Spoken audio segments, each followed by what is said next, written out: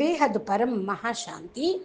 బేహద్ ఆత్మిక పరివారమునకు, ఆత్మిక సోదరి సోదరులకు బాపూజీ దశరథభాయ్ పటేల్ తెలుగు ఛానల్కు స్వాగతం. తనను తాను జయించిన వారిని ఎవ్వరూ అధిగమించలేరు. స్వార్థ చింతనతోనే సమస్త దుఃఖాలు ఆరంభమవుతాయి. స్వార్థం మనలో అనిశ్చితను, వ్యాపార ధోరణిని కలిగిస్తాయి. ఎటువంటి ఎత్తు పల్లాలకు గురి అయినా నిలకడ కలిగిన పట్టుదలతో ఉన్నవాడు అదృష్టవంతుడు. అతడు తన్ను తాను సహాయం చేసుకునేవాడే కాక ఇతరులకు కూడా సహాయపడగలవాడు. జీవించటంలోనే మెలకువలు తెలియకపోతే స్థిరత్వం లభించదు. అది బయట ఎక్కడో, ఎవరి వలనో, ఏదో ప్రదేశంలో కానీ లభించేది కాదు. తోటివారి మాట సహాయం చేయగలరు కానీ ఆత్మవిశ్వాసాన్ని మనకు మనమే పెంపొందించుకోవాలి.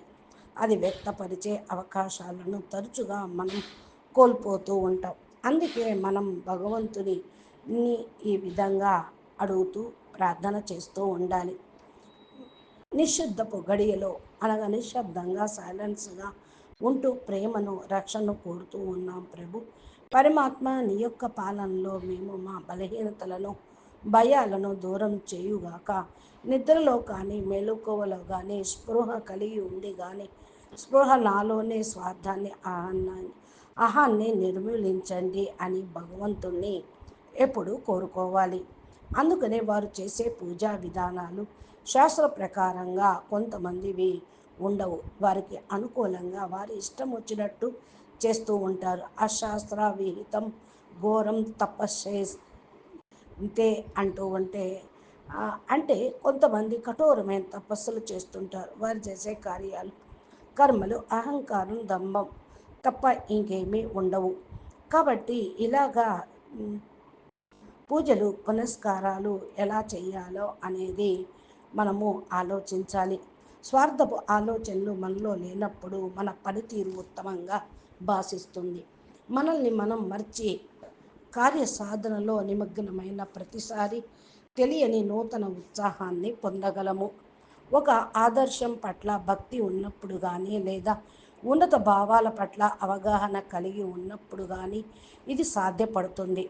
స్వీయ పరిత్యాగం అంటే ఏమిటి? తన్ను తాను పరిత్యజించుకుంటే మానవుడిలో ఇంకా ఏమి మిగులుతుంది?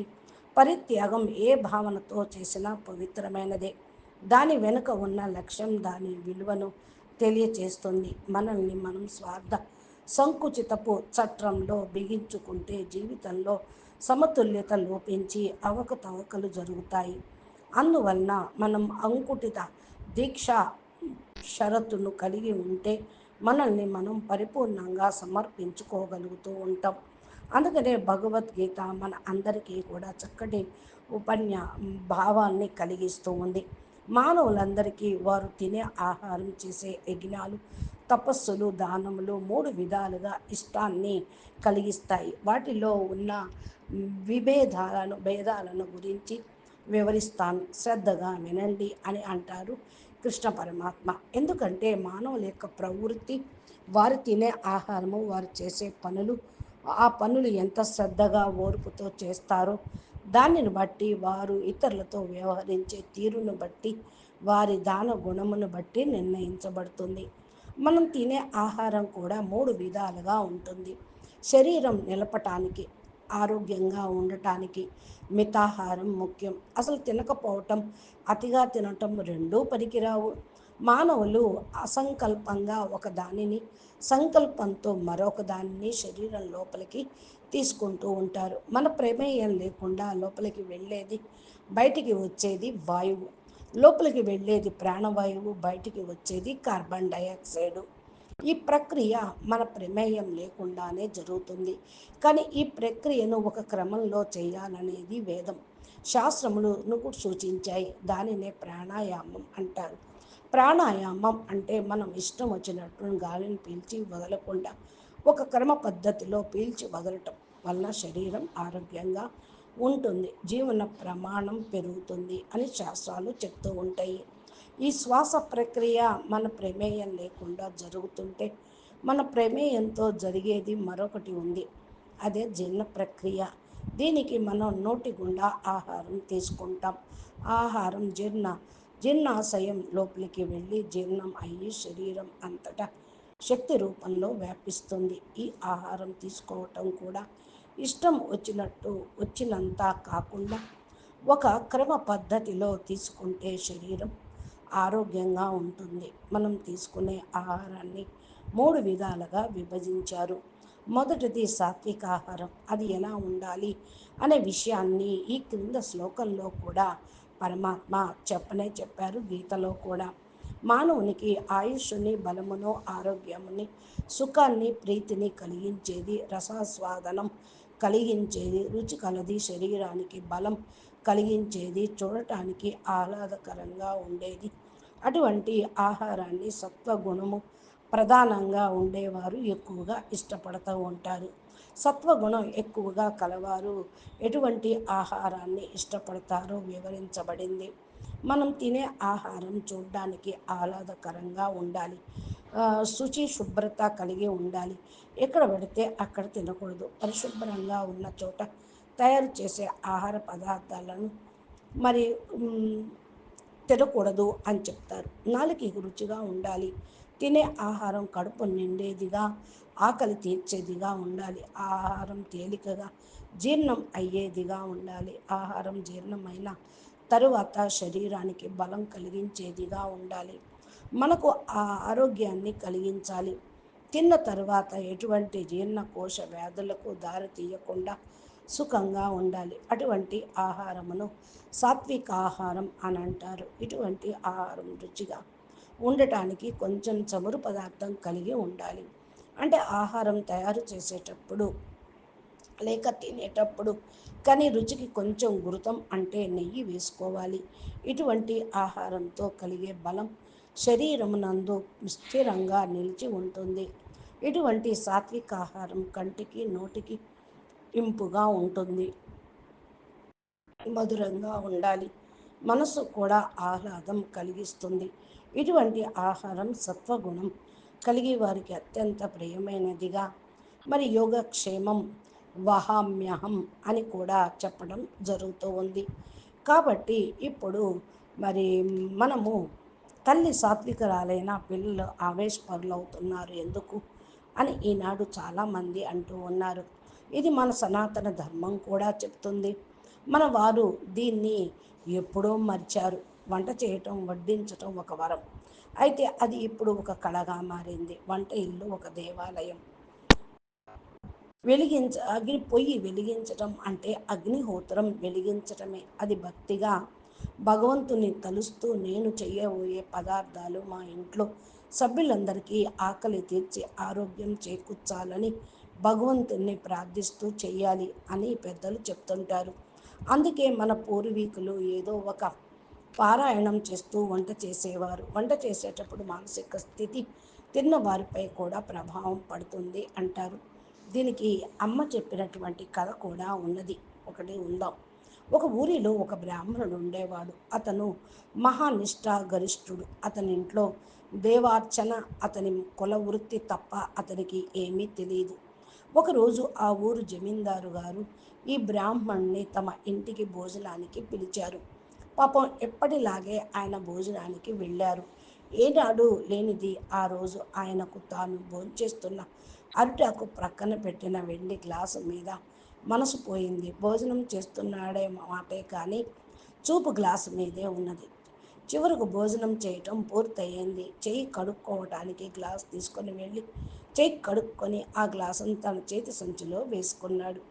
తరువాత జమీందారు గారు ఇచ్చిన దక్షిణ తాంబూలాలు తీసుకొని ఇంటికి తిరిగి వచ్చాడు. కాళ్ళు కడుక్కొని లోపలికి వెళ్ళి కూర్చున్నాక భార్య ఇచ్చిన దాహం పుచ్చుకొని వెంటనే తన స్పృహలోకి వచ్చాడు. తాను చేసింది దొంగతనం అని తనకు ఎవరో చెళ్ళున కొట్టినట్టు అనిపించింది. వెంటనే చేతి సంచి భుజాన వేసుకొని భార్యతో కూడా చెప్పకుండా పరుగున జమీందారింటికి వెళ్ళాడు. ఇప్పుడే వెళ్ళి మళ్ళీ తిరిగి వచ్చిన బ్రాహ్మణ్ణి ఆశ్చర్యంగా చూస్తుంది. జమీందారిని చూసి, అయ్యా, మీ ఇంట్లో వండిన పదార్థాలను కావలసిన వస్తువులను కూరగాయలతో సహా ఎలా సేకరించారు? మీ వంట పని మనిషి అయినా మారారా? వేరే వంటవారు వచ్చారా అని అడిగాడు. ఆయన భార్యని పిలిచి అడిగాడు. అవునండి, నెల రోజులైంది అని చెప్పింది ఆర్య. ఏం జరిగింది అని అడిగారు జమీందారు. అయ్యా, ఎన్నడూ లేనిది మీ ఇంట నేను దొంగతనం చేశాను. నాకు ఎందుకు ఈ బుద్ధి పుట్టిందో తెలియదు. ఇంటికి వెళ్ళి నా భార్య చేతి మంచి నీరు తాగాక నీకు స్పృహలో వచ్చి జరిగిన తప్పు తెలుసుకొని వచ్చాను. మీ వంట మనిషి మీ ఇంటి దొంగతనం చేస్తున్నదేమో గ్రహించండి. అటువంటి మనిషి చేత వంట తిన్న నా బుద్ధి వక్రించింది అని చెప్పడంతో వారి వంట మనిషిని పిలిచి గట్టిగా అడగడంతో ఆమె తప్పు ఒప్పుకొని వంట సరుకులను కూరగాయలను తన ఇంటికి దొంగతనంగా చేరవేస్తున్నాను ఒప్పుకుంది. వెంటనే వారు ఆమెను పని నుండి బహిష్కరించారు. బ్రాహ్మణుడు తాను దొంగిలించిన వస్తువులను వారికి తిరిగి ఇచ్చి క్షమించమని అడిగి తిరిగి ఇంటికి వెళ్ళాడు.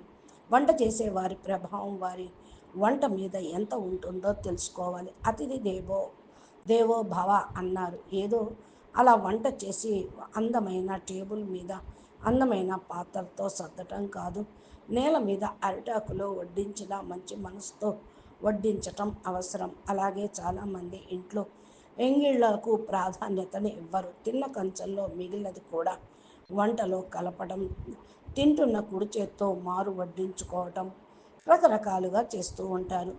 అంటే ఇక్కడ నేను కళ్ళతో చూశాను. వచ్చేవారు నిష్ఠాగరిష్ఠులైన వారికి ఎంగిలి పెట్టిన ఆహారం ఊరికే పాపం వస్తుంది అంటారు. కొంత అందుకనే నేను రోడ్డు మీద ఎవరు వండినదో తినడం ఎక్కువైపోయింది. అందుకే ఇంత గందరగోళం అని అనుకున్నారు. అలాగే ఆహారం యొక్క ప్రభావం. తల్లి సాత్వికురాలైన పిల్లలు ఆవేశపరులు అవుతున్నారు. ఇది గమనించి పిల్లల్ని పెంచుకోండి అని చెప్పడం పరిస్థితులు మరి ఉన్నది ఆ విధంగా. కాబట్టి మీరు మీ యొక్క స్థితిగతుల్ని తెలుసుకోండి. కాబట్టి మనకు పూర్తిగా సాత్విక ఆహారము అనేది ఉండాలి. అప్పుడే మనకు దివ్యానుగ్రహం కూడా లభిస్తుంది. మనలో ప్రేమ స్ఫూర్తి లేనిదే దివ్యానుగ్రహం అనేది మనం నోచుకోలేం. మనం హృదయంలో నుంచి వచ్చిన భావాలతో భగవంతుని సేవ ఓనర్చితే మనల్ని ఏది అడ్డుకోలేదు. నేను పక్కన పెట్టి ఏ పని చేసినా దానికి తిరుగులేదు. మనలో దయాద్రత భక్తి భావన ఉంటే మన ప్రయత్నంలో విజయం తప్పక చేకూరుతుంది. ఆధ్యాత్మికత నిగూఢ రహస్యాలను వెలికి తీస్తుంది. అది కేవలం మత గురువులకి బోధలకి మాత్రమే కాదు, అణుకువ సహనము నిస్వార్థత కలిగి నా భక్తులకు కూడా అన్వయిస్తుంది. మనలో ఆధ్యాత్మిక దృక్పథం ఉంటే తప్ప ప్రాపంచిక కష్టాలను ఎదుర్కోలేం. అందువలన జ్ఞాన కవచం ధరించి మనల్ని మనం కాపాడుకోవాలి. అది శాశ్వతంగా కాపాడుతుంది కదా అని అంటూ ఉన్నారు జ్ఞాన మార్గం. కాబట్టి మీరు విషయాన్ని తెలుసుకోండి. అచ్చా, పరం శాంతి. నమస్తే, ధన్యవాదాలు. బేహద్కే బేహద్, పరం పరం పరం మహాశాంతి హై, మహాశాంతి హై, మహాశాంతి హై. నమస్తే.